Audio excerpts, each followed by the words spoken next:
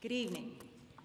In 1959, Fidel Castro seized the island of Cuba. When he came in as a Marxist-Leninist in the likeness of Mao Zedong, who history reports to have killed more than 45 million people, a murderer. And so is Xi Jinping, the current dictator in China. If you look at Fidel Castro's college years, they look very much like the rioters that we witnessed in 2020. The radical Antifa and BLM rioters. That's what his college years look like. And just like Castro, the rioters that we experienced, it was staged to bring about political change in our country. When Castro came in, he didn't just take real estate, he also took personal property. My uncle owned a hotel. My dad worked with him. Castro took the hotel, my uncle moved to the United States, and my dad moved to the countryside where I was born. In 1965, the US enacted the Freedom Flights to drain Cuba. Because of the Cold War and Cuba's proximity to the US, they enacted this flight. And in 1966, my father applied to leave the island. Immediately, my father was sent to a labor camp where he served for 3 years, worked for 3 years, and our ration booklets were taken away. The whole island was on ration booklets. I remember as a young child, our neighbors feeding our family, my mom and the children, and walking 3 miles to my grandparents' home so the kids could drink milk. One day that my dad was visiting, because he was gone for such a long time that I forgot what my father looked like. But one day that he was visiting, my dad was standing across from the table, and my mom woke us up in the middle of the night so that we could eat. And as I was walking out the bedroom, I see my dad standing in front of the table with a black bag filled with food that he had purchased in the black market. He took that bag, he gave it a couple shakes, and canned foods fell on the table. In my great excitement, I cried out, "Look, food!" Both my parents were at me. "Hush, girl, the neighbors will hear you." They were referring to CDRs, Committee for the Defense of the Revolution. Today we call them FBI. And I'm not joking when I say that, and I think you know that it is true.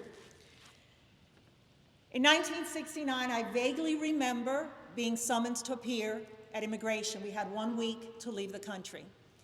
I don't remember that interview or that time, but I do remember it a little bit. But what has remained vivid in my mind was my mother's sadness. It was a very great sadness. And my mother was a talented seamstress, and she had me standing one day, she had me standing on a bench, and she was dressing me, dress that she had made, beautiful little blue piqué dress with 2 embroidered pockets, white puffy sleeves. I had patent leather black shoes, frilly white socks, my hair was perfect, and I was delighted. But my mother's sadness was very great, and her eyes were fixed on the floor. Next thing I remember, we're at the airport. And I remember my grandmother, my aunt, and my cousin sitting at the front of the airplane, and I looked around for Mom, and I said, "Dad, where's Mom?" I didn't wait for a response, because the look in his eyes confirmed my fear. I ran off that airplane as fast as I could possibly run. I didn't see my dad come from behind me, but he scooped me up, held me tight under his arm, and through clenched teeth, he whispered, "Hush, girl, they're going to keep us all here." And so he got me back on the airplane, and the way I describe it is that I cried for 23 years because Castro withheld my mother's visa and 3 of my siblings and separated my family for 23 years. I still have a brother I have not seen in 56 years. He is still in Cuba. So I became Mom at a very young age. The way I describe it is I really didn't have a youth. I grew up very quickly because I became Mom, but it made me who I am today. So life for me was very difficult. But in 1993, I set up a throne in my heart, and I asked the King of Kings to come and take his rightful place in my life. And he didn't become just my savior. He became my Lord, which means master. I have been walking with the Lord hand in hand, arm in arm, cheek to cheek. It's the way I describe it, for 32 years. And that is the way I have chosen to live my life so that I can know him and walk with him. He called me to ministry shortly thereafter, and I served in full-time ministry for 24 years. In 1997, the Lord brought Warren Arthur into my life, and the way we describe it is that we have an arranged marriage. Warren actually knew Linda and Joe, known them for about 40 years. I've known the Whites for 28 years. Fast forward to 2020, as the riots that I had just talked about, as we're watching our cities burn and the media saying, oh, it's the summer of love, and we're all wondering what is happening in America, and our monuments are being torn, and we're upset and angry with what's going on, but what is going on in America? That's nothing new. The same thing took place during the China Revolution in '66. Monuments were torn down. And it's, remember, build back better? You gotta destroy it before you can build it back. But I do have some printouts that I'm gonna put out here so you can look at and take pictures, because they're important. So as I'm watching all this happen, and we know that Antifa and BLM were spearheading all this, I'm doing research. What is happening in America? At this point, until 2020, I had made the choice of not to have cable. So I didn't have cable for 28 years. I did not watch the news. And I promise you, when I got the cable in 2020 so that I could keep up with what's going on with COVID, we got Fox News, I'm sitting there thinking, who taught them communism? How did they learn those communist tactics? I came from a person who had not been watching the news for 28 years. But I came across this particular article written by the Center for Security Policy. It says, eerie parallels between Antifa and the Chinese Revolution. If you think the tactics and rhetoric of Antifa and Black Lives Matter demonstrators in America's streets are new, think again. They are old. Large number of students have organized themselves into a violent social movement to promote communism. Our children, our teens, are being trained in Marxism, and they don't even know it. They don't know it. And this is the problem that we have in America. And during the election, 2020 election,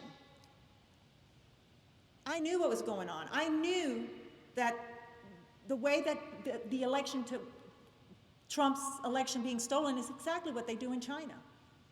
And I just continued to do research, and again, I had been walking with the Lord at that time for 28 years, and I know my Father's voice. And the communist tactic of cancel culture, that's not new. That's old. Cancel culture is old because of the psychological effects. If someone has an account closed or a book is banned, you start censoring yourself. You start censoring your speech.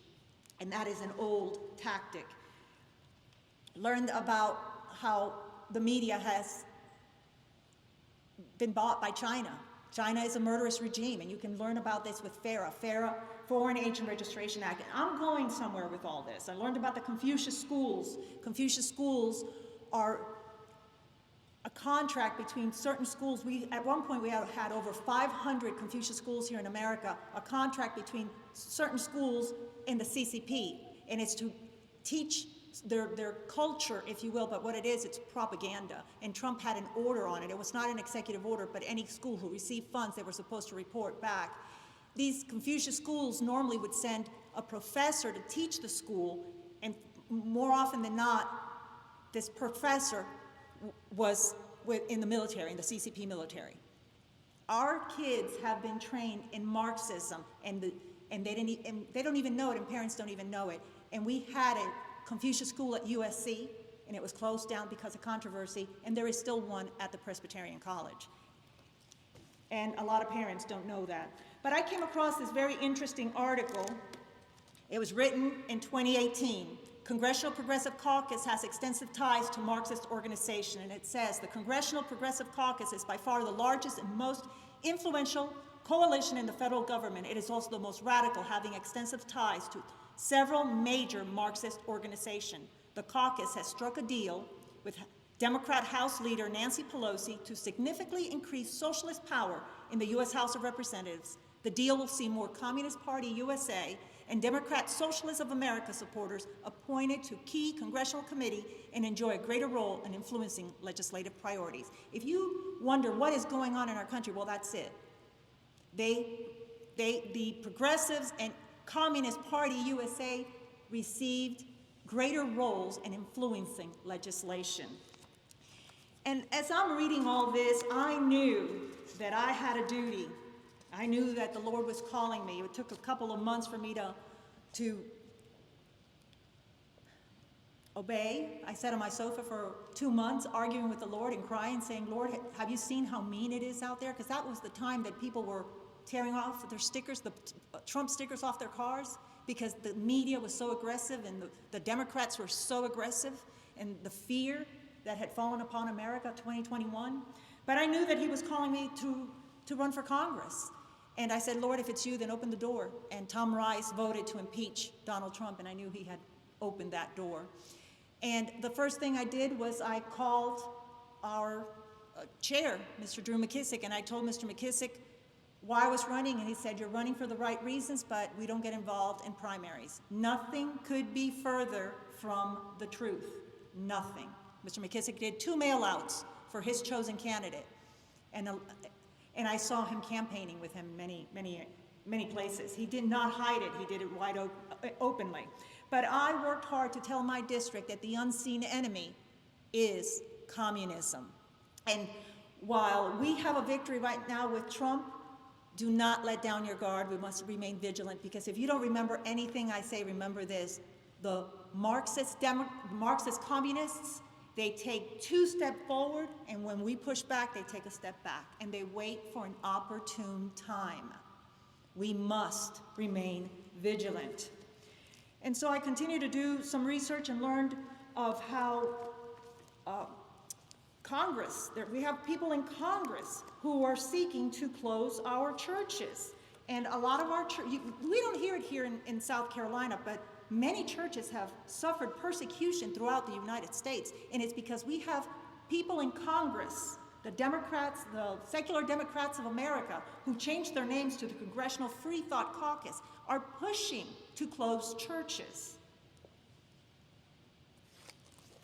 This particular article, first in Freedom Daily, secular Democrats of America, congressional members of radical anti-religious caucus write letter to Biden urging new administration to purge government of religious right, eliminate religious exemption in law, and close churches. This was written in December of 2020, right after Biden took the election.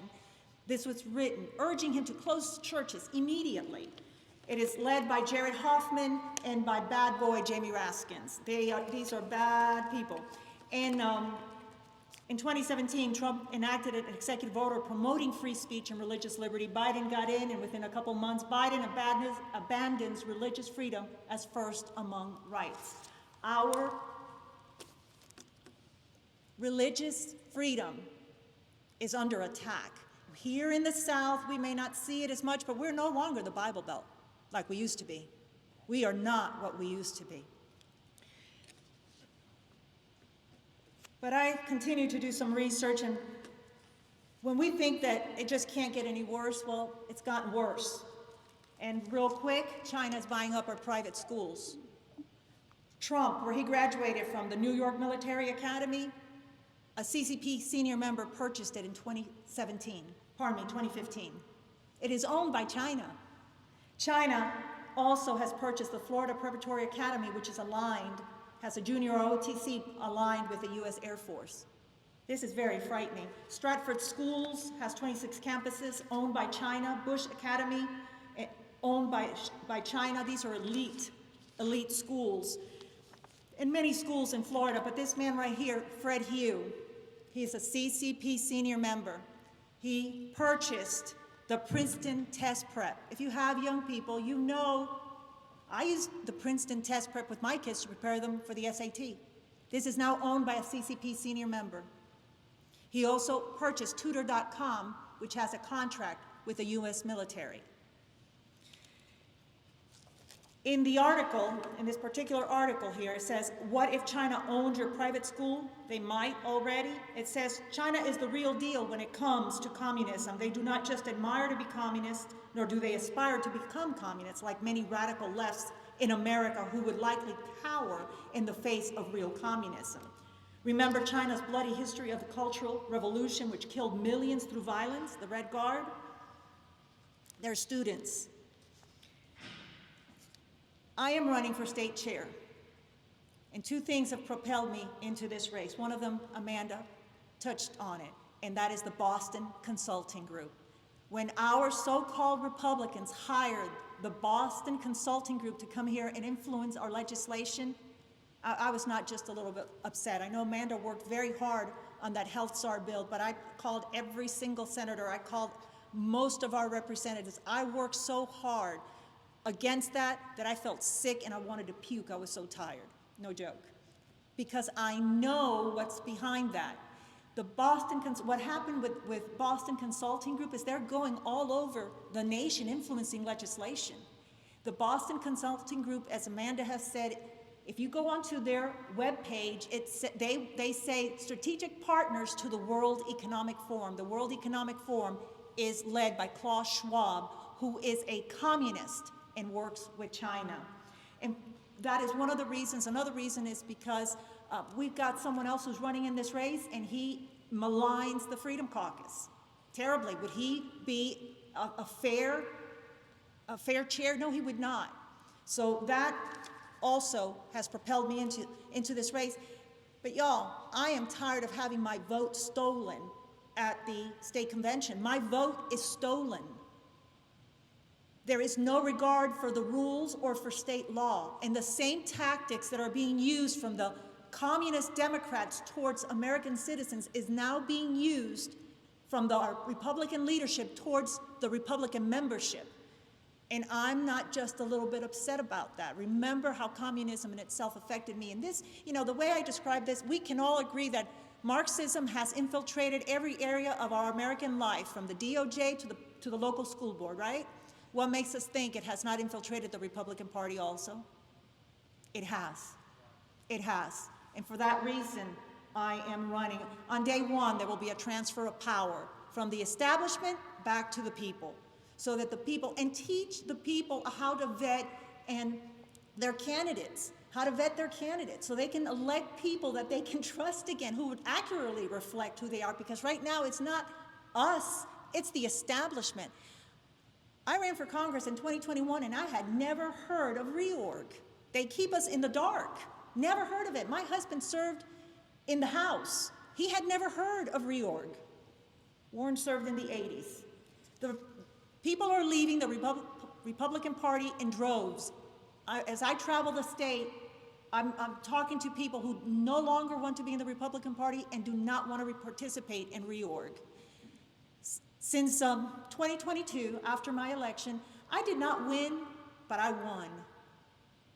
Because I did what the Lord called me to do, tell my district that the unseen enemy was communism, and I did very well. I'm going to restore law and order so that there will be transparency. Of course, we're going to work on getting those machines, no machines, because it's not just the machines, it's the scanners. But what really motivates me is that I want to train young Republicans on Marxism and communism. The Republicans do not understand Marxism or communism, and as party chair, we will have conferences, conventions to educate our young Republicans, the membership, and our candidates, so that they don't get caught with their pants down like we were caught, so that they can understand what the tactics are, what the theology is, and what is their agenda, what is their goal. That is very important. Republicans must get trained on this, because China is the ones propelling all this, and it's going to come back up again.